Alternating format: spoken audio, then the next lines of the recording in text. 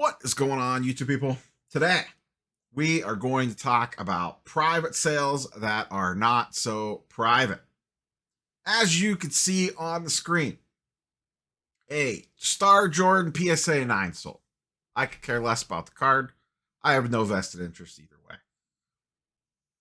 These are markets that I do not play in. And I don't even necessarily want to focus on the who, what, when, where, and why.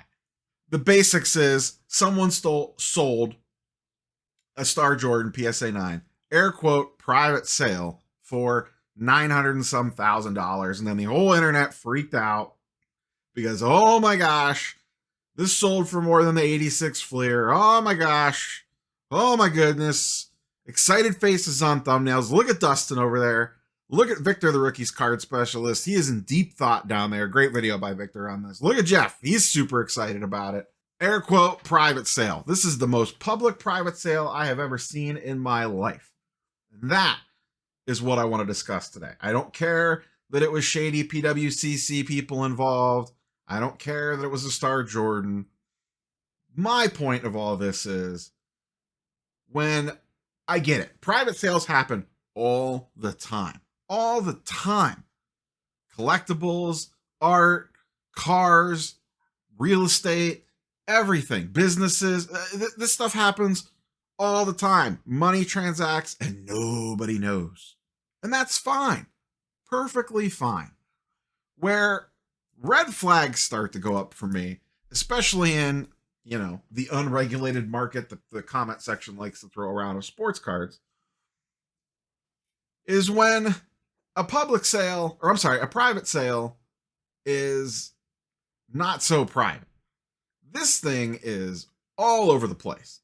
So then I immediately go into queue up the Brian Windhurst, why would they do that meme from when the Utah Jazz traded Rudy Gobert, did something about the Rudy Gobert. He had the famous throw his fingers up in the air and go, why would they do that? That's what I'm doing right now. Why would they do that?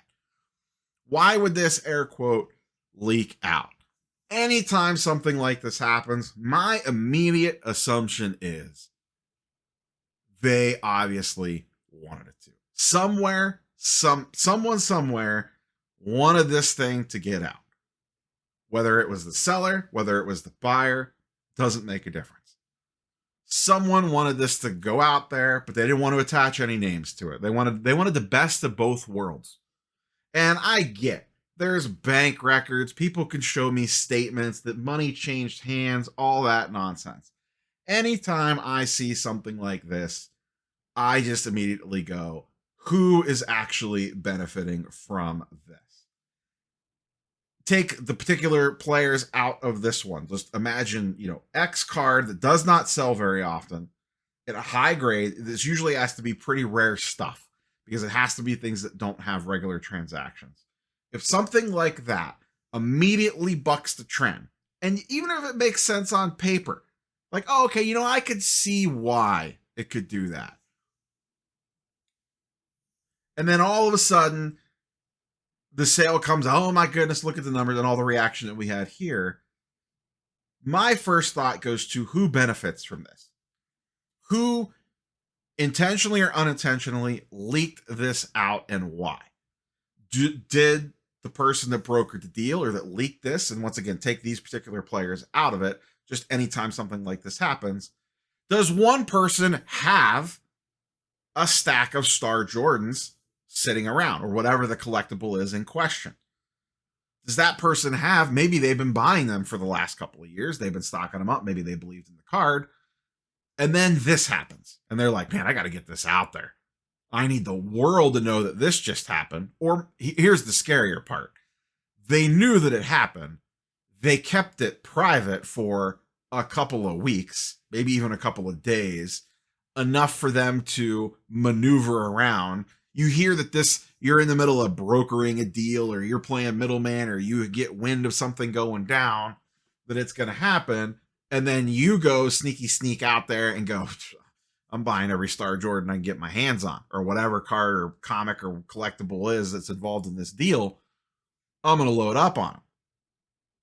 Because what's going to happen? This air quote private sale is going to become public. And now, and I haven't looked at particularly Star Jordan, but just in general, I guarantee you the price of these cards are going up to some degree or another.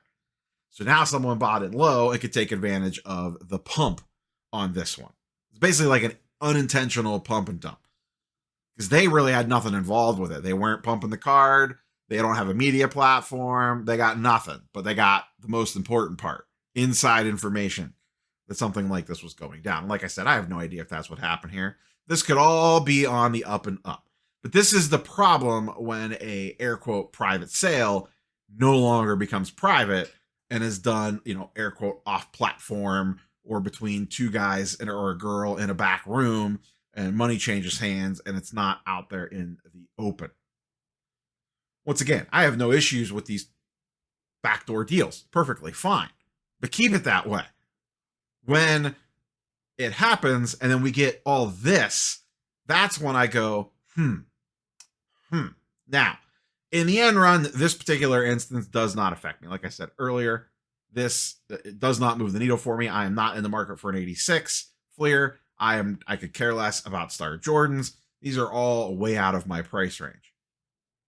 But I have heard of things like this going down in other markets, specifically Marvel cards. There are a lot of high-end Marvel cards out there that trade hands behind closed doors. And they stay that way in most cases. Sometimes stuff leaks out. It's a niche market. There's not a ton of high rollers in it. I mean, there are, but there's not. Everyone kind of knows everybody. Certain cards change hands. People find out about it. And then everyone wants to know what was paid, because then they could use that either to their advantage or disadvantage. As the old saying goes, information is power. If you know that someone is willing to pay X amount of dollars for something and nobody else knows that, and that deal went through and you have a vested interest in that information coming out to the public, because if it gets out to the public, it has the potential to drive up the whole market for a bunch of other stuff. You want that information out there. It benefits you to get that information out there. We see it with public sales all the time. I'm going to use Marvel as an example again.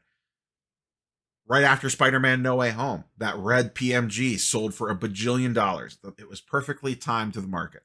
But that was a public sale. That drove people to PMGs in mass.